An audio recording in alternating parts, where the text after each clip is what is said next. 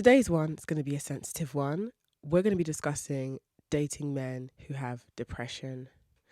And I'm going to maneuver this conversation with as much care and concern as I can because I don't want this to be flippant or destructive.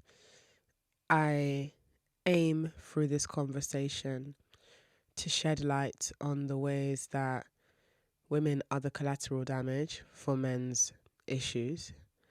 And I also want to touch on the ways that men struggle with things and, again, how that directly impacts women. I am not here to sit down and discuss all the ways we're going to try and make it easier for men. Everybody has tried to do their best. Men have decided that they don't want to change. That's their problem. What I am more focused on in this conversation is what women can do to better empower ourselves so that we know how to hold space for two realities at once. Meaning, on one side of reality, yes, the man you care about is struggling.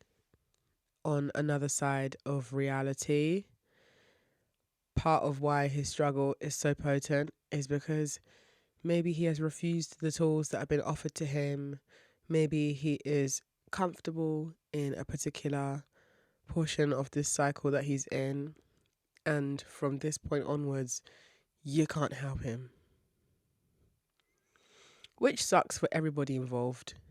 It sucks for men because they lose out on really important connections. Depression sucks for men because a lot of the times it results in them not being here anymore. Depression also sucks for men because they end up living a life that doesn't match what they envision for themselves. And off the back of that, depression, when men deal with it, that really sucks for women too, because sometimes the people that we love the most, we just can't help them. It sucks for women when men are depressed because we have to deal with the side effects of that, including domestic violence, including us having our lives taken away from us by the men who are depressed. And also, not to mention the ways that depressed men create cycles of destruction in the families that they go on to create. So, one thing that I find quite difficult with being around depressed men, let alone dating them, just being around them, is there is this thing with them getting something out of staying in their cycle, and you, as the woman, there's an expectation for you to talk them through it or be their rock, their support, reason with their own delusions, be on the more agreeable side of things. And it's hard, because especially if you're friends with someone, regardless of whether it's a man or a woman, if you're friends with someone, if they're doing something where you can see that they're in the wrong, it's not always convenient to call them out.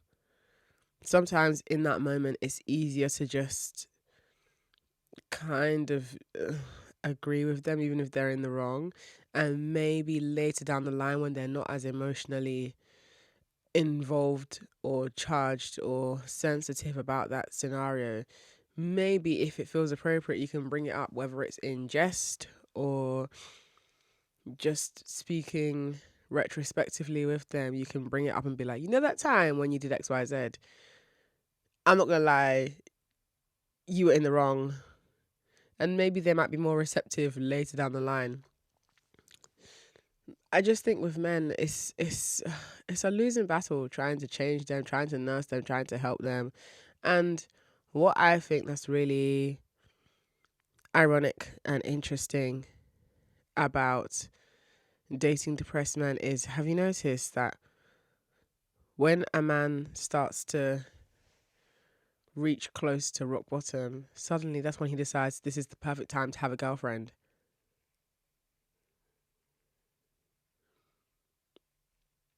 I wonder why that is. I wonder why when a man's life is falling apart, that's when he thinks,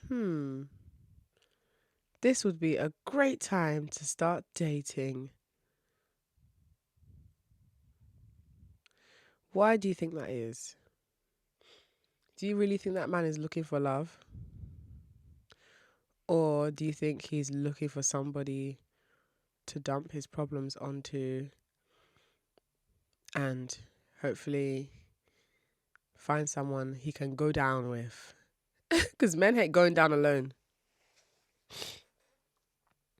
If they can, they will drag you down to hell with them. They don't care. They don't care about, this lovely woman who I met, who has her shit together. It will be an awful crying shame to completely derail her life and drag her to hell with me. She deserves a bright future. She deserves to not have her time wasted. It would be so wrong of me to coast her along, even though I am so depressed and feel like a failure of a man. I must focus on replenishing myself and building some self-esteem rather than chasing Nyash. Do you think men are having that internal dialogue? No, they're not. No, they're not. So it's quite fascinating to see the ways that men view women as a site for escapism. And, we all seek escapism in various ways. We've all been there where we seek escapism in other human beings. But it's just laughable to see the ways that men do it when they're looking for escapism. Oftentimes when a man is proper depressed and looking for a way out of his misery, that's usually the period where his mania leads him to making very impulsive decisions with women. So what do I mean by mania? Well, there's a form of depression that's known as manic depression. And when you are in a state of mania, you're more impulsive, you are more excitable by riskier decisions.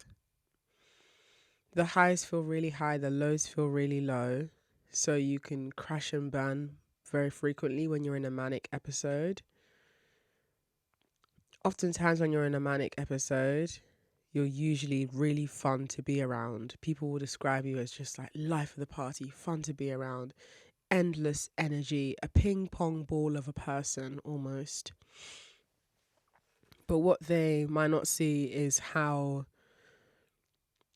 your mania negatively affects you when you inevitably crash and the dopamine and serotonin is no longer nowhere to be found, and you are feeling really dark ideations and overwhelmed by horrible thoughts about yourself.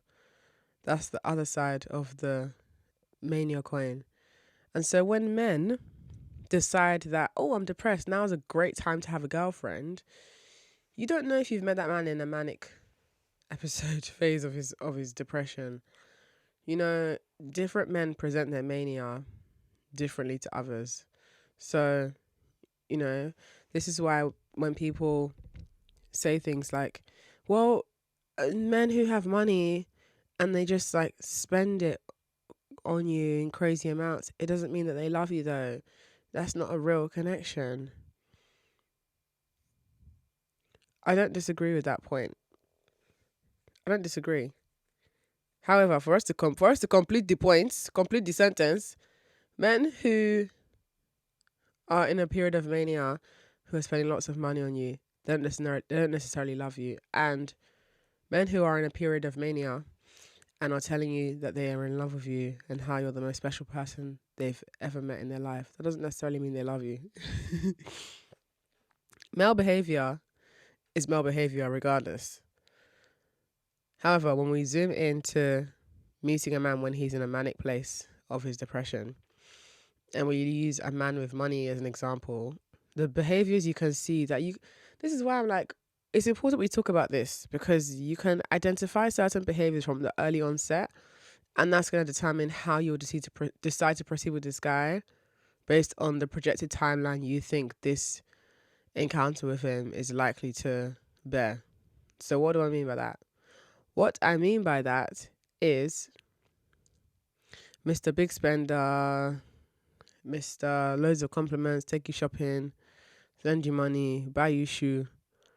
Well, sometimes when it's going really well like that and you're like, oh, this almost feels too good to be true. What I want you to do with that thought of this almost feels too good to be true is don't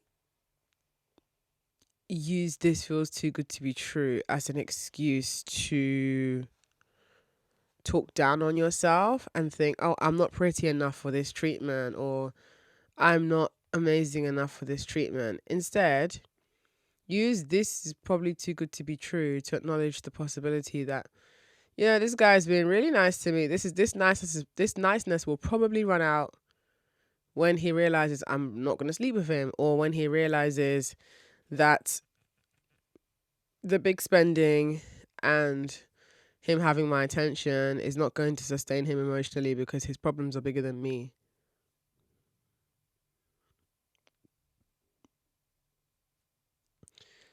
So most times with men,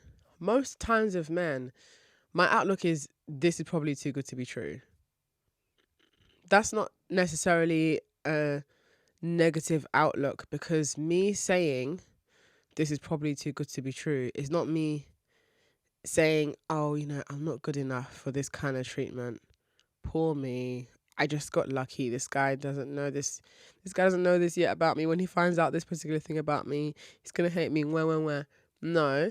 Anytime I meet a man, I'm like, okay, he's being very nice and flattering. Well, this is going to expire when he realizes I'm not going to sleep with him.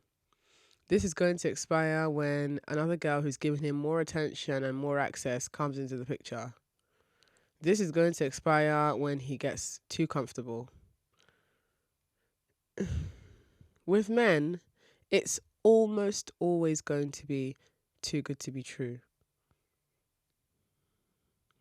And I'm not saying that to bring doom and gloom to the forefront. I'm saying that so that we can just stop getting so attached to men who come out of nowhere with their grandiosity, because most times when a man is grandiose, he's depressed and just looking for an exciting escape. So he's going to tell you shit and he's going to be real impulsive with it. And he also gets a rush out of this impulsivity, mind you. The big spenders, they get something out of spending massive chunks of money. That's why oftentimes when a man is depressed, you're going to find him either in the casino or in the strip club. Both of those places take your money big time. They want to feel something. And even the guys who are broke, who have nothing to offer you but words and vibes, yeah, when they're like, oh yeah, I've never met a woman like you. I'm so in love with you. I feel this poetic pulling towards you. Do you want to hear this poem that I wrote about you? Oh, I'm a male musician. I wrote a song about you. Do you want to hear it? I've never felt this way about a girl before. Wow, you are really pulling at my heartstrings. Like, and the thing is, when you're a woman who has a deep desire to feel special and wanted and chosen, You're a prime victim for these manic depressed men who are just looking for an exciting, brief break from their woes.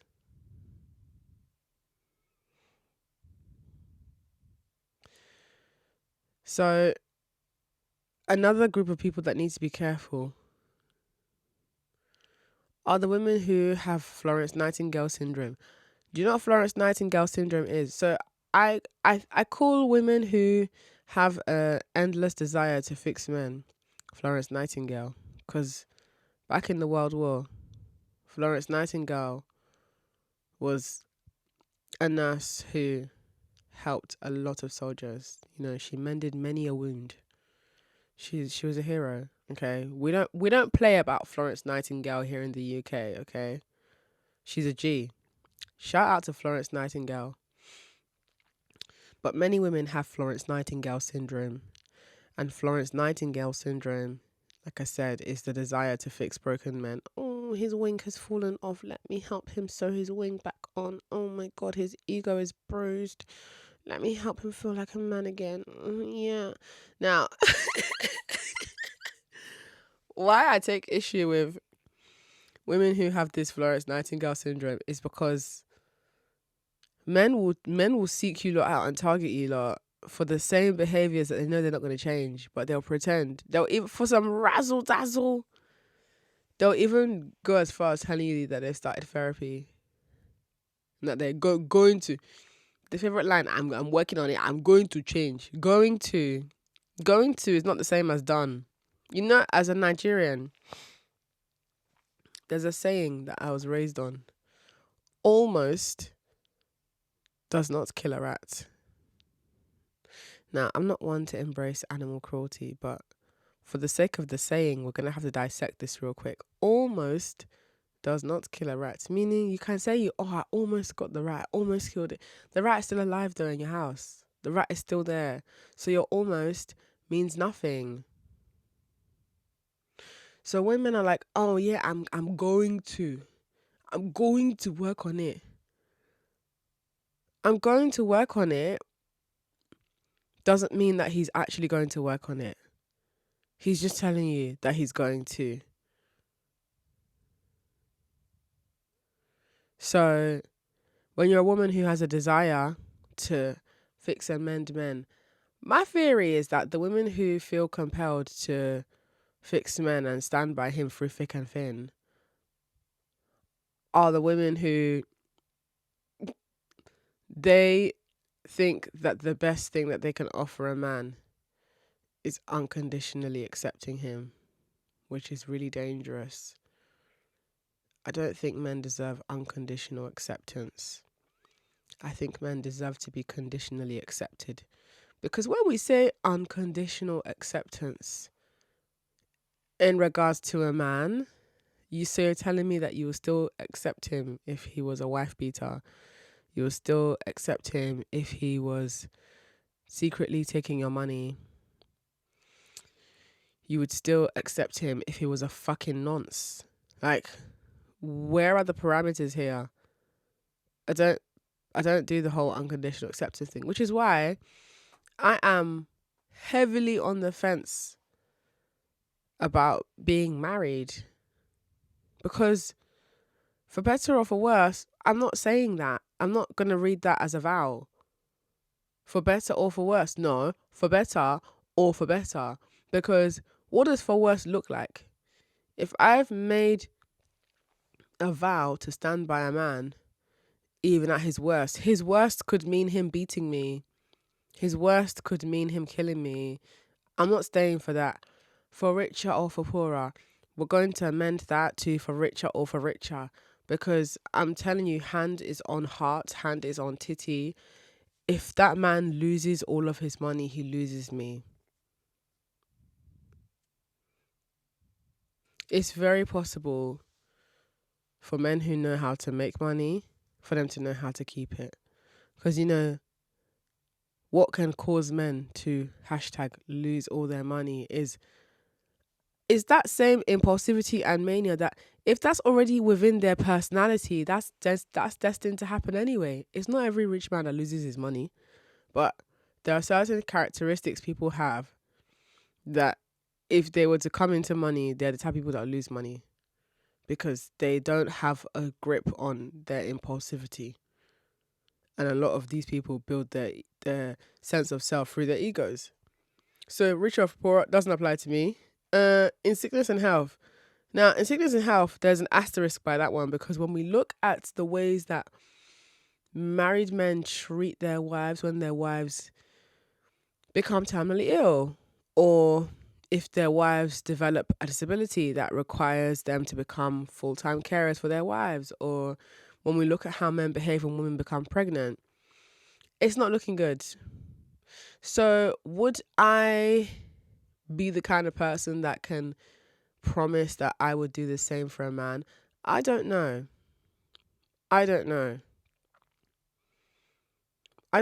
if I would be that down ass chick who's going to be changing my husband's diapers if his life is so dramatically different from who and how he was when I met him due to maybe he got into an accident and he's now injured for life, or because if the tables were turned, that man would leave me.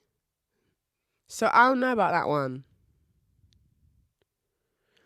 So this whole I take thee as my lawfully wedded husband, guinea co. I don't know, man. I don't know about that. Because you know when men take marriage vows, you know those vows are just words, right? You know when they're saying I do, they're just saying I do. He's just said it. Like there's no guarantee that he's actually going to do the I do that he said he was going to do. Do you know that? So I don't know about that. I don't know about all of that. I'm just being honest, guys. Look, when men are talking their shit, talking about if my wife gets pregnant, I should be allowed to cheat. Me too. If my husband decides that he's not going to be as financially dexterous and diligent and generous as he was when I met him, I'm allowed to cheat. Next time, make more money. Because the same way men be telling women, well, just lose weight, so then maybe we'll stay with you. Just don't have stretch marks when you're pregnant, and then maybe we'll stay with you. Just get more money and just don't lose your hair to male pattern balding. Just go and get another job. Yes, I do believe in a 2-income household. He should go and have 2 incomes. What the hell? He needs to make more money for me. Doesn't sound very nice, does it? No, I don't care. Because look at the ways that men talk about women and look at the expectations that men put on women, especially when it comes to marriage. You're telling me that I should be making myself more available to depressed men. No. You should ask yourself why when a man is depressed, the first thing that comes to mind is pussy instead of therapy. No. Because I'm telling you, those women who pride themselves on fixing men, they're unhappy. And the women who have more of an emotional bandwidth for men they're the ones who are in danger. Those women are in danger. And the reason why I say those women are in danger is because if you're the kind of person who is very open to making excuses for men and prioritizing seeing the best in men, you in danger, girl. Danger mouse. Danger mouse, so because because what will happen is you're the type of woman who, hey, should you decide to marry that man, you're finished. Because even if he had money when he met you and you was that kind of woman who was scared to spend a man's money and you believe in 50-50, yeah, finished too. Did you know I saw a statistic the other day that said I couldn't remember the number, but essentially the outcome of the statistic was that majority of married women split bills with men. Ugh. Brother, Brother. What's that, brother? You're splitting bills with a man you're married to? What's the point of the marriage? I don't understand that. Guys, listen. I'm living. You know when they say I am living my ancestors' wildest dream, guys, this is not a joke. I'm probably the first in my generation, and I say this with chest because I come from a generation of Nigerian women, right? I'm the first in my generation of Nigerian women to be born in the UK, yeah. I'm also the first in my own generation, my own lineage of mothers and foremothers to be chilling. Yeah, I'm teetering on the neck of 30, yeah. I'm child free, I'm man free. I live in a cool ass apartment.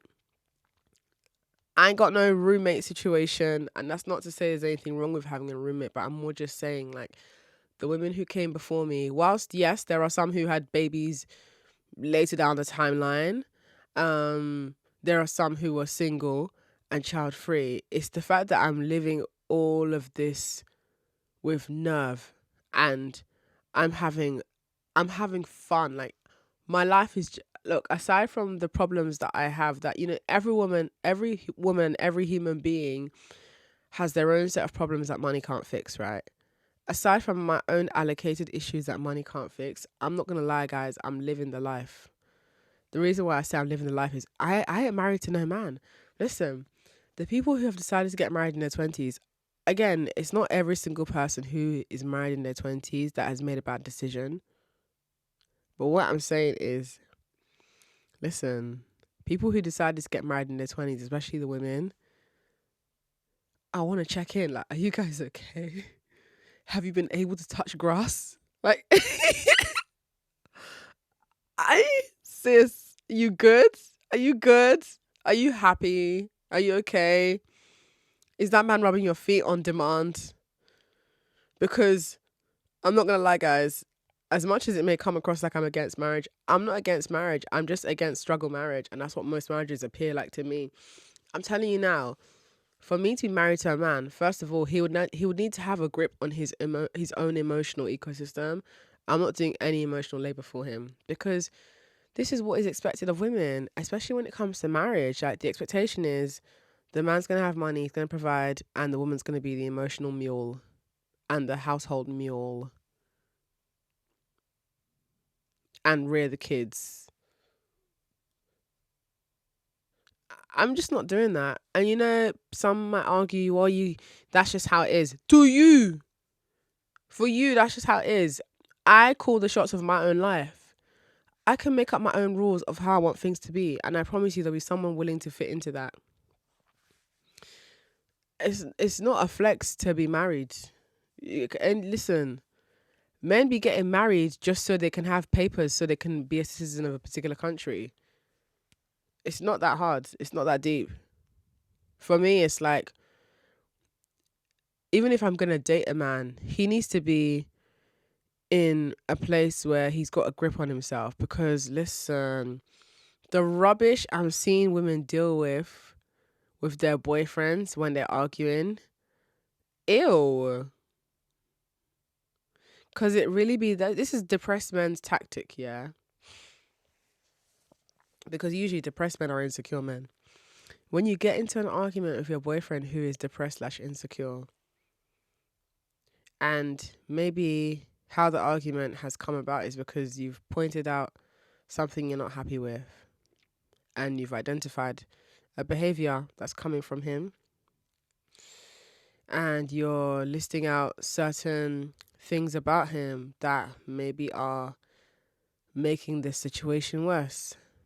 And you've been clear, concise, and respectful in your communication pertaining to these issues.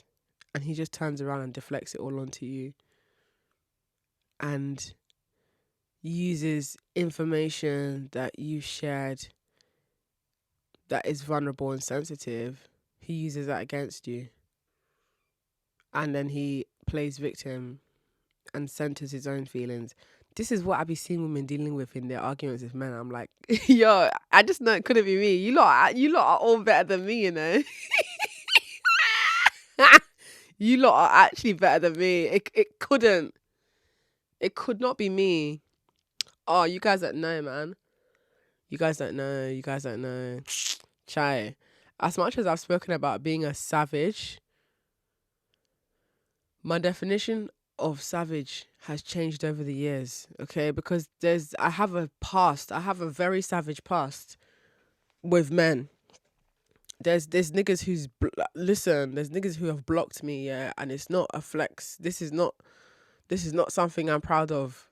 Yeah, like they didn't block me because I was a nuisance. They blocked me because I went there. I took them to hell. And I'm not doing that anymore. Like, look, I don't use my powers for evil anymore. I'm a reformed supervillain now, okay? But listen, I have said some horrible I've said horrible things to men. And now, if and when I involve myself in an argument with a man, best believe, yeah, because the way I do things is I'll give myself enough time to observe and ask myself, am I really seeing what I'm seeing here? And then I will formulate my thoughts and express said thoughts in a very concise and cold, direct manner. Because I'm not one to mollycoddle men. I'm just not like that. But when I'm pissed off, I'm just very direct and cold. I won't necessarily insult you, call you stupid fool idiots. No. I'll just identify the behavior I don't like and I'll tell you. And for this reason, I don't want to talk to you anymore. I'm only just letting you know so that you just stop messaging me thinking you're going to get a response from me.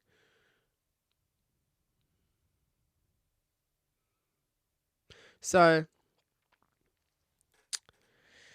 what's annoying about entering arguments with men is, you can be as direct and concise as I usually am, and they'll also turn around and deflect it on you. My thing is, I dare you, because once you deflect, once you try to go and low blow, once you present resistance to a boundary I've set, you're done.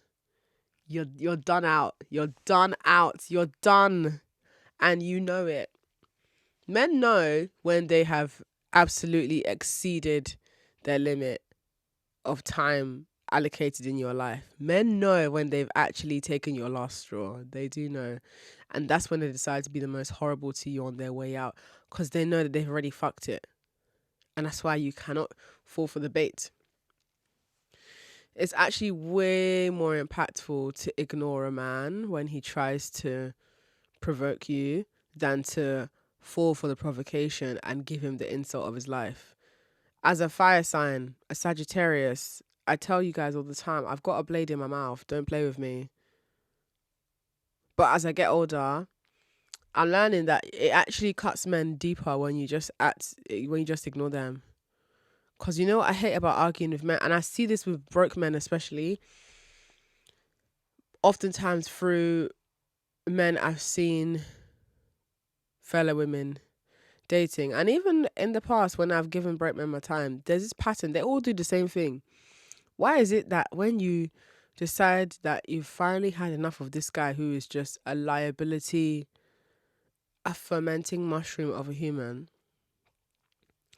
why is it that when you decide you're ready to leave them, they now tell you that, Chai, the way I've been planning to take my life, I don't want to be here anymore. They suddenly start telling you about all their intricate plans for how they're gonna unalive themselves. And it's a bit of a mad one still, because it's like, because now the humanitarian streak in you as a woman, yeah, you're gonna now feel a sense of fear, a sense of responsibility, and now the argument is gonna divert from you discussing his obviously bad behavior to you now being concerned about him, and that's what he wanted. So look, guys, now when men tell me they're gonna unalive themselves if I leave them, or if they just bring up unaliving ideations, I always just do what's best for you. It's not me you're going to catch in on paper saying anything that's gonna make me look bad or incriminate me. Listen, if you tell me as a man, if you tell me that you don't want to be here anymore, I'm going to tell you to do what's best for you, because you're not gonna get the reaction of me begging and pleading. Oh, please don't do that. You matter. You should be here. Because the reality is, you're only telling me that so you can manipulate me into just being around you for longer, when you know that you're an insufferable turd. You're an insufferable turd. Leave me alone. If you decide you want to unalive yourself, I don't support that decision. I would love for you to still be here, even if I don't like you. But go and do what's best for you.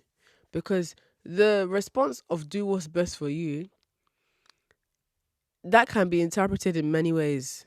Because the reality is, people are still going to do what they're going to do, especially men. Because you never know. Do what's best for you could be interpreted as go and get help. Because the reality is, what's best for you is to go and get help. What's best for you is to stop trying to date and go and look inwards. So it depends on how that man decides to read into your response of go and do what's best for you. Do what's best for you is how you get away from being caught slipping when men try to use that unaliving themselves ideation to manipulate you. Just be cold and just say go and do what's best for you. They hate that shit because they want you to be groveling. They be like, what do you mean do what's best for me? Sounds like pretty good advice to me. Go do what's best for you, innit? It's not me you're going to manipulate with that one. If anything, once you go for that line, I'm just going to leave it unseen. Because, you can call, there's Mind Charity, there's, what's the other one? There's many charities you can call, and other people who are actually equipped to deal with your level of intolerance for oneself. I don't have it. I don't have the skills. I don't have that kind of firefighter talk you off the ledge de-escalation skills. I'm not the woman to come to if you're having them ideations, bro. I'll probably just make you feel worse by telling you that the problem that you're running from persists because you refuse to address it. That's not the most enabling thing to say to a man who wants to run away from his problems, is it? Which is why I'm not the dream girl, and I'm not invested in being the dream girl. I'm not in any way attached to the pursuit of being a man's dream girl. I'm my dream girl. I'm living my dream for myself. So when you are not interested in being a man's dream girl, depressed men ain't got nothing on you. It won't work. What they use to get other women doesn't work here. You know how you can tell from the onset that a man is depressed and is likely to pull you down to hell with him? You know when you first meet him, yeah, and you're already hearing self-deprecating talk.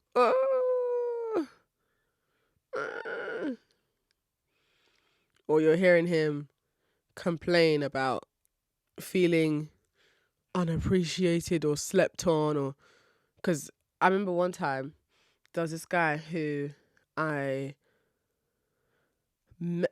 When was this? This was probably like 6 months ago. I met this guy who, I mean, me and him have known each other loosely for years, but only because we've been in similar creative circles. We don't actually know each other. So when I saw him 6 months ago, that was my first time actually getting to sit and speak with him. And me and him were taking the same route home because we lived in the same area of London. And I noticed that he was so keen to have me come to his studio. He's an artist, surprise. He was so keen to have me come to his studio, and his studio, I believe, was like part of his house, like a basement in his house or something like that, which is a common thing. But I was irked by that because it's like, you've just met me for the first time, like we're properly meeting for the first time. You don't know me like that. I don't know you like that. Why are you so quick to invite me into your personal space? I don't like that, when men don't value and respect their own personal living space. It just tells me that they have no sense of quality control and they be letting any and everybody into their house, which is bare weird because when you think about it, if a man is that keen and that ready to just have you in his personal space like that, he doesn't value his temple. He doesn't value his body. Okay, he all them things they say about women, which I don't believe is true when they say things like, oh yeah, a woman who just sleeps with loads of men doesn't value herself. I don't think that's true, but that's what men say about women. But why doesn't the same thing apply to men? You're so quick to invite me to your studio to go and do what, bruv? It's 11 p.m. at night. We've just left this event. Go home. Why do you want me to come to your studio? Come to your studio and do what? Because you want me to sleep with you. Do you know how many times I've fallen for that? With this particular guy, I didn't fall for it. But the guy before him, I fell for it. And this one, I don't even feel stupid for this one because thank God I knew how to hold my own. Yeah. This guy, this silly boy, yeah. I say silly boy because this one, he's probably the same age as my youngest brother. Yeah, okay, maybe he's a bit older than my youngest brother. But this one, yeah, this is a musician. I'm not even going to describe him that much because I don't even want to give any clues. What I will say is that this one is a musician that he's doing very well for himself. Yeah. Jolly old white boy doing well for himself. And when I met him, I was out with a bunch of my homegirls. We're all black.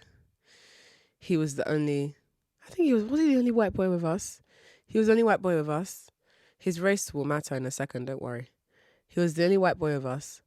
And when I'm around white boys, I tend to be a little bit more mean to them because I know that they secretly like it.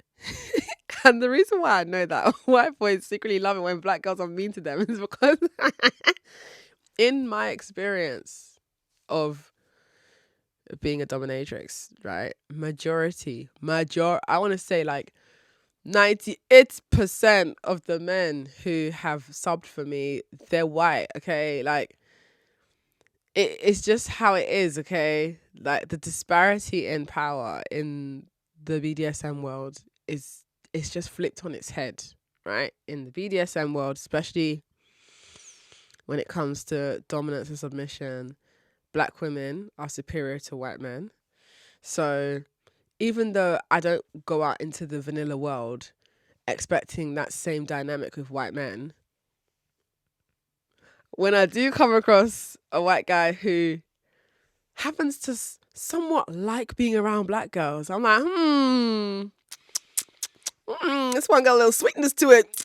What's going on over here? What's this? Because more time, the reason why these white boys be drawn to black women is because they like the stunness. There's something about black women that we're just so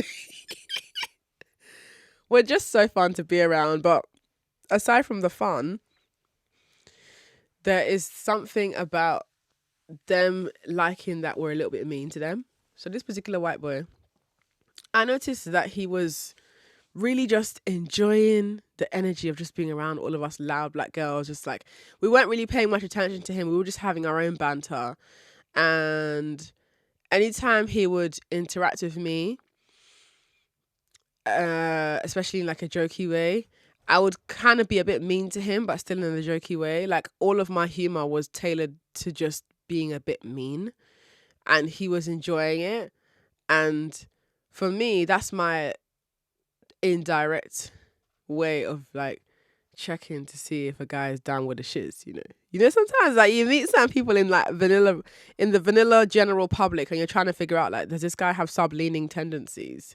Well, there's only one way to find out. I'm going to be mean to him and see how he takes it. Because if I'm mean to a guy and he kind of like enjoys me scolding him a bit, or he just seems to Like if he's a white guy and he goes red and he's kind of laughing, I'm like, oh, what's this over here? What's going on over here then? Are you a useless shit that needs to be put in your place? Do I need to hold my laugh in a little longer when you make a joke just so you can feel like you've got to work harder for my validation, you little puppy? So with this guy, that was the energy with him. It wasn't overt, it wasn't flirty, but I noticed that soon after my friends started to disperse, because some people had different plans to others, and it was fewer and fewer of us left in the friend group with him, he felt more comfortable talking to me. And I was okay with giving him my number because me and him have a handful of friends in common. And I found him interesting and I did like his music. However, one time I was out with another friend of mine and her boyfriend, and the night ended a little early, and I saw a text from this white boy, and he was asking me if I'm still out, can I come to his studio? He wants to hang out with me and show me some stuff. And I was like, ugh, this is not even normally like me, Normally, I'll be like, I beg. I'll even pretend I didn't see the text and then reply in the morning, because I'm not going to no man's studio on last minute demand. Because I was already out and I already knew him, I didn't mind. So I asked him to send me an Uber. He sent me an Uber to his studio, which was also his house. But his house is one of them like modern, like he basically he's decked out his house. So he's built the studio in his house. Put up to his house. And what's annoying is that when he told me to come over, he was like, "Oh, my friends are here. Like, you can meet my friends." Because I wasn't going on the vibe of like, oh, I'm just going to be hanging out with this guy one-on-one at like 12 at night. No, I thought his friends were going to be there. And I was looking to, extend the social vibe since I was already out with other friends anyway. So I get there. His friend is crashed out on the sofa asleep.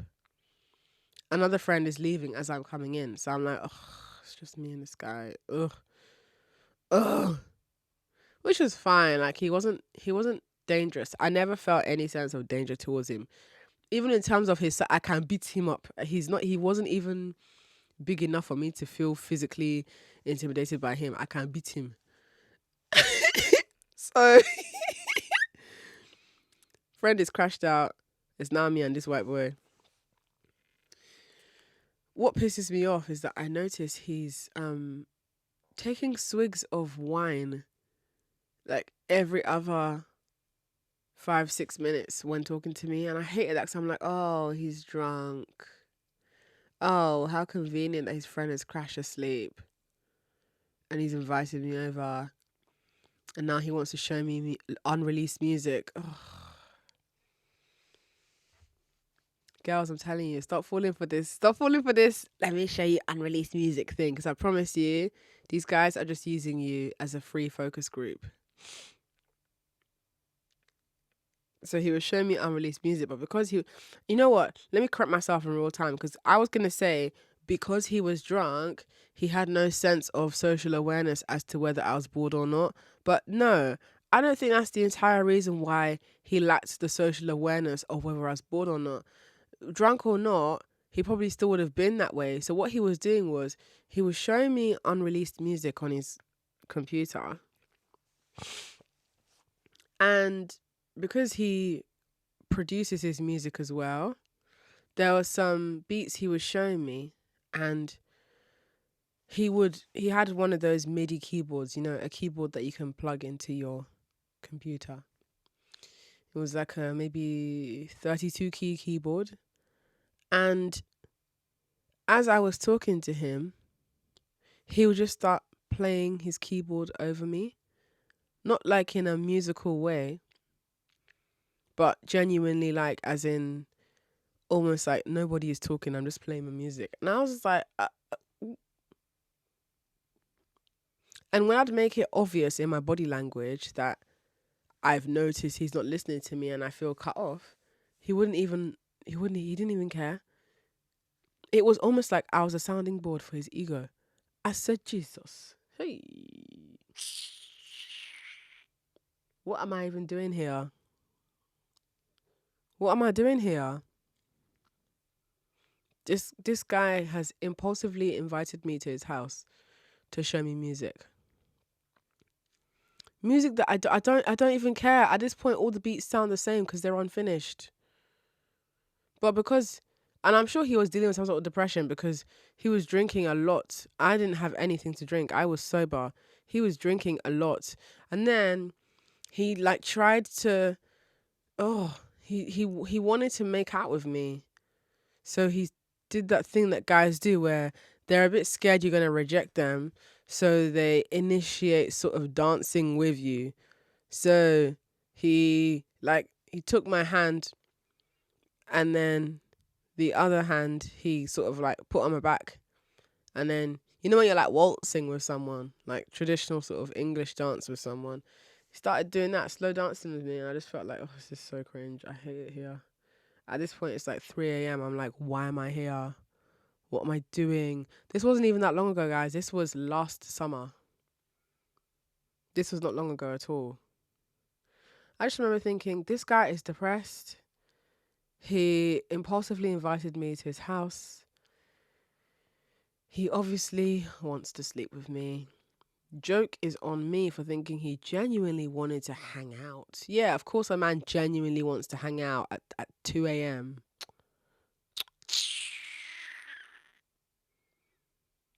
So he's done that whole fake dancing with me thing. Didn't really work. Invites me out to go and stand by the water because he lived near the water. So I think he wanted to impress me. And outside by the water, he tried to kiss me and I just swerved around it. I was like, no, not a chance, my friend. He wasn't horrible to me about it. He just kind of was laughing at how I was dominantly scolding him for even having the nerve to try. Because he was into that. This is the thing. My thing is, I suspect anytime a white guy is attracted to me, I just know for sure he's got sub-tendencies. These days, I don't even have to now do the thing I used to do where I'll try and figure out, like, is this guy a sub or not? No. For you to be attracted to me, as wicked as I am, that means you oh, child, you like punishment. That's all I need. For you to be attracted to me, that tells me that you're already a sub. Or at least sub-curious. You're curious about it in some way. Because I'm not a very nice woman to men. I'm not very nice. If you catch me in an argument, I'm not very nice. Like, I'll just make you feel like a piece of dirt under my shoe. And it won't come from me insulting you. It will be from me just refusing to engage with you in the way that you want me to. So this is why I'm like, oh, I'm so passionate about spreading the message to women that you can't be dating broke guys because most broke guys are depressed. It's a depressing place to be when you're broke. It's hard. Life is harder when you're broke. So if a man is broke, there's a likelihood that his insecurities are going to affect the way that he interacts with you. Why would you do that to yourself? Why would you just go out of your way to take on problems when you could simply not do that? Because I'm not here to necessarily argue that men who have money don't have depression either, but it's just that the ways that a man is affected by not having money. Have you seen men, how they act when they feel insecure financially? Sorry, but I would not be exposing myself to that for the chance to be loved. What the fuck is that about? Because I just think that a lot of women they're not dating their type. They're dating out of guilt. They're dating men who they feel bad that if they don't date them, oh no, like men deserve love too. This one is depressed and he needs some love. So you're gonna do that for him for free. And what are you gonna get in return? Insults and a baby that you didn't ask for.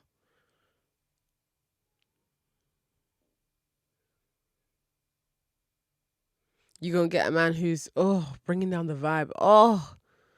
Oh my god! Listen, there's nothing that turns me off more than an insecure man. It's such a turn off. I remember one time I was hanging out with this guy who was really short, right? And it was like every other sentence he would find a way to bring up his height, but he was bringing up his height from a place of overcompensating. Almost like, when you want to make a joke about your insecurity before someone else does so that you feel like you have the upper hand. That was his energy. And it was so draining to be around because I felt uncomfortable. I wasn't uncomfortable because he was short. I was uncomfortable because of the way that he was so obvious about his shortness. And this is how I feel about most men who are insecure. Like, they kind of think that they're owning it by making backhanded jokes about their own situation, but really what they want is sympathy. And I'm turned off by that. It's really unattractive.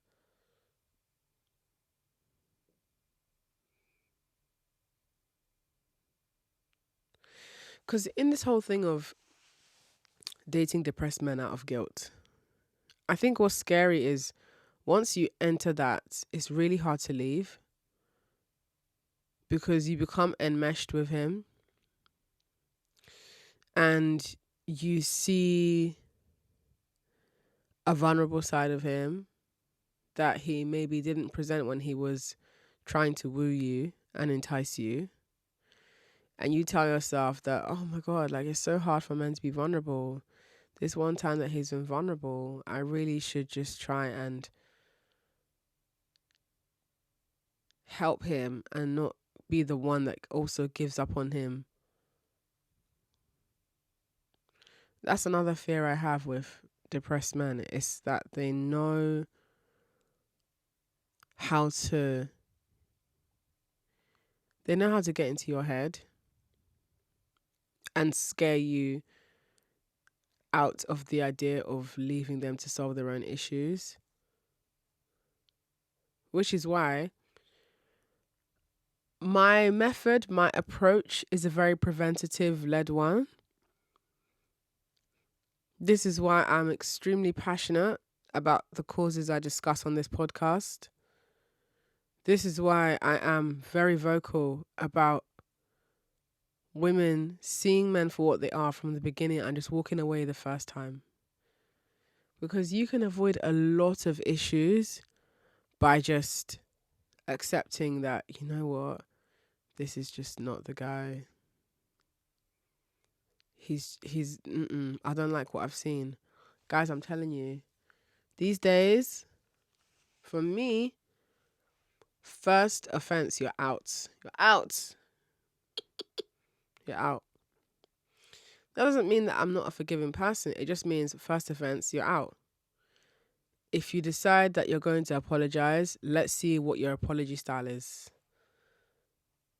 Let's see how impacted I am by the disappointment, whether I will need cash reparations or not. Because it's not every man that I expect cash apologies from. There are some men who I don't want to forgive, so cash apology is not even an option. And there are some men where the offense is so small that it doesn't even warrant cash apology. It just warrants, you can apologize, but I'm not really going to be jumping back into the energy we once had. You're getting the beta version of me now. You're getting the 30-day trial period version of me now. Welp. All them features you worked hard to unlock. They're locked again. You did it to yourself. Congratulations, idiot. But another thing that I think is really scary about depressed men is, you know, when they can tell that you're outgrowing them and they start picking fights with you, they start becoming passive with you. You can't identify what's going on, but something is off. They start decreasing their affection towards you. It's because they're jealous of you. That's why I'm like, you can't be dating men that are on the same level as you, babe. You need to date men who have a strong sense of success in their life so that you won't be affected by the broke man jealousy that comes with being with a broke man. They be jealous of women. These men be big angry that you are able to meet their replacement with ease. They don't like that shit.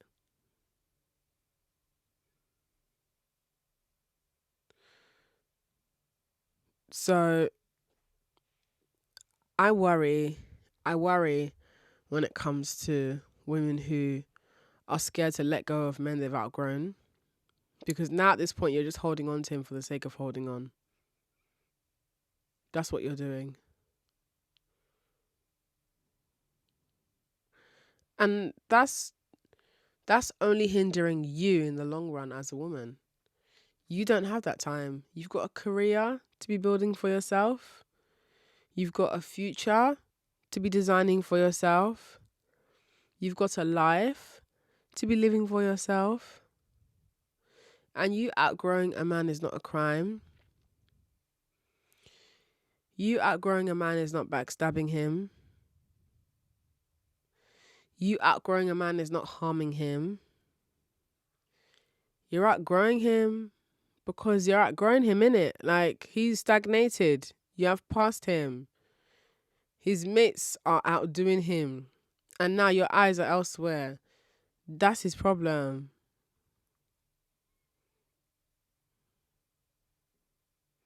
Because what's hard with outgrowing a man is, as women, we feel bad that if we leave, oh my God, like, he's gonna hurt himself, or he's gonna feel so abandoned, and what if I become another repeat in the cycle of his story where everybody leaves him?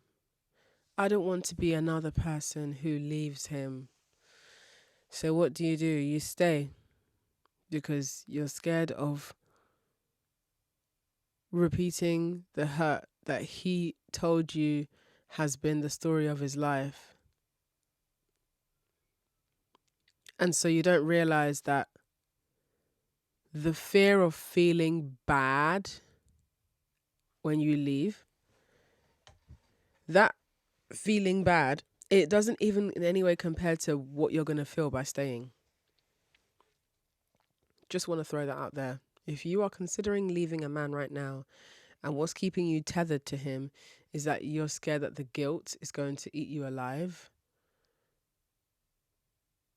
I just want to break it to you that staying is going to be way worse for you, because it's not guilt you'll feel. You're going to be angry at yourself and you'll be resentful towards yourself. And if that man decides to move on to another woman and you're left there being like, but I stayed with you through your depression, that's on you, babe. That's entirely on you. And that resentment will follow you if you don't identify it and rid yourself of it. It's many women who are battling deep resentment towards men because those women did not advocate for themselves where they should have. Those women did not leave when they should have. They stayed because the guy was depressed and they were like, I can't leave someone when they're down. Have you seen how men treat pregnant people? Have you seen how men treat their wives when their wives are sick? Talking about, oh, I'm scared to leave him. He's going to think he has no one. Well, if him feeling like he has no one is a byproduct of him being insufferable, then let it be. That's how it is, isn't it? Because what bothers me is when women don't have firm enough boundaries. They finally find the strength to leave this man. He comes back. Surprise, surprise. He comes back. He says he's sorry. And some of these men, they come back in the form of email. Because, if you've blocked him on everything. I've had that with a few guys before where, block them on everything. And then months later, or maybe even years later, they come back via email. Long ass email. I remember one of the guys that I'm talking about. I dated him when I was in my much earlier 20s. Thank God it was much earlier 20s. Because, girl, you could not catch me dead or alive in that situation now. But much earlier in my 20s, there was one guy I dated. And, that's another situation I look at and I'm like, I was really toxic. And it wasn't toxic as in me being abusive. It's more just I was toxic because I was a flame that didn't know how to control itself back then. So I was very sharp-tongued with him. He obviously liked it enough to keep coming back for more, but still, I was very sharp-tongued with him. There's a lot of things I wish I could have not said to him. He's one of the people who I actually learnt this from, where he used to say to me, like, because back then I used to argue via text, right? And he used to say to me, you should just be careful what you say in writing to people because you can't take those words back once you've written them. So that maybe gives you a mild gist for the type of violence I was on, the verbal violence I was on. Anyway, even after all of the verbal violence I was on, he would find his way back to me via email, usually, because I'd blocked him on every possible thing. And back then, it was flattering when he would come back via email, because I'd be like, oh, guess who's back again. This guy's back. Tell our friend. Like, I proper used to love it. Like, period. Yeah, because you couldn't replace me. Now you're back. But now I realize, was he sorry or was he lonely?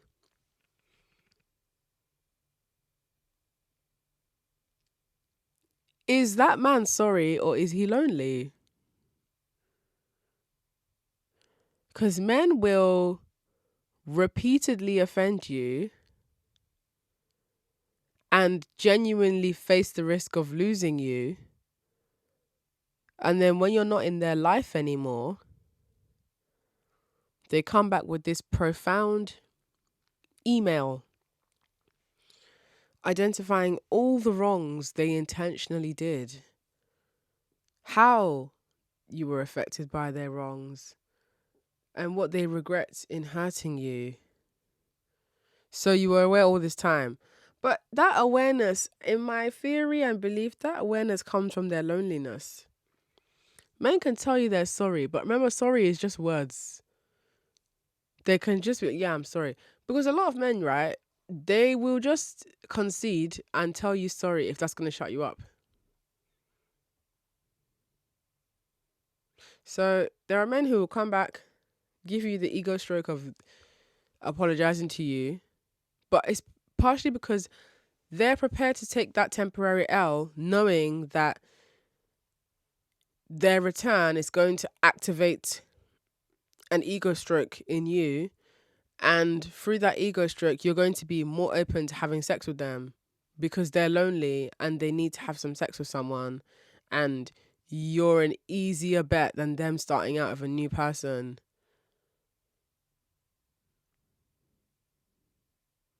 So just consider that. And the last point I want to make before I wrap this episode up about dating depressed men is, You guys need to learn to just stop getting caught in arguments with them.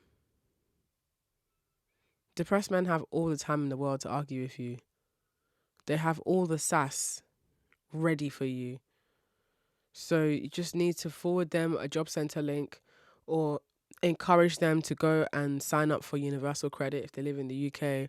You know, there are schemes in place by the government to support people who might need an extra allocation of resources. I'm not even being sarcastic, I'm being serious. Like, a lot of times people's depression is because they don't have enough of a source of income. They lack the self-esteem and drive to apply themselves to something with a level of passion and vigor. They don't have that. So if at all you want to help someone, you can forward them those links. Me, I don't even believe in doing any of that for men anymore, because my thing is, look, if a man is in that level of disarray, the help I offer him probably wouldn't even work anyway, because there is something fundamental that he has not addressed, and I actually cannot help him with that. It's impossible for me to help him with that.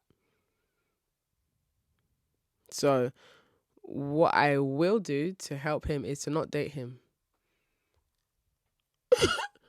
That's my contribution to community service. Not dating depressed men, not dating men who are in financial turmoil. Because in me not dating them, I'm doing them a favor by giving them something to work towards. Because if me being in your life and trying to help you does not motivate you, then losing me is going to be your only option. And even then, I don't walk away from men in the hopes that they'll come and run after me. I'm walking away so that I can preserve what's left of my life for myself. And I would implore other women to do the same, because you don't really get anything out of standing by a man who his life is in ruin. Because the reality is, yeah, these men will get back on their feet thanks to you. And once they're able to walk again, they're going to walk straight to the woman that they couldn't have when they were an insufferable, depressed mess. And you'll be left with the responsibility of acknowledging that you didn't have to do all that, but you chose to. So, with what you have heard today, what will you choose to do differently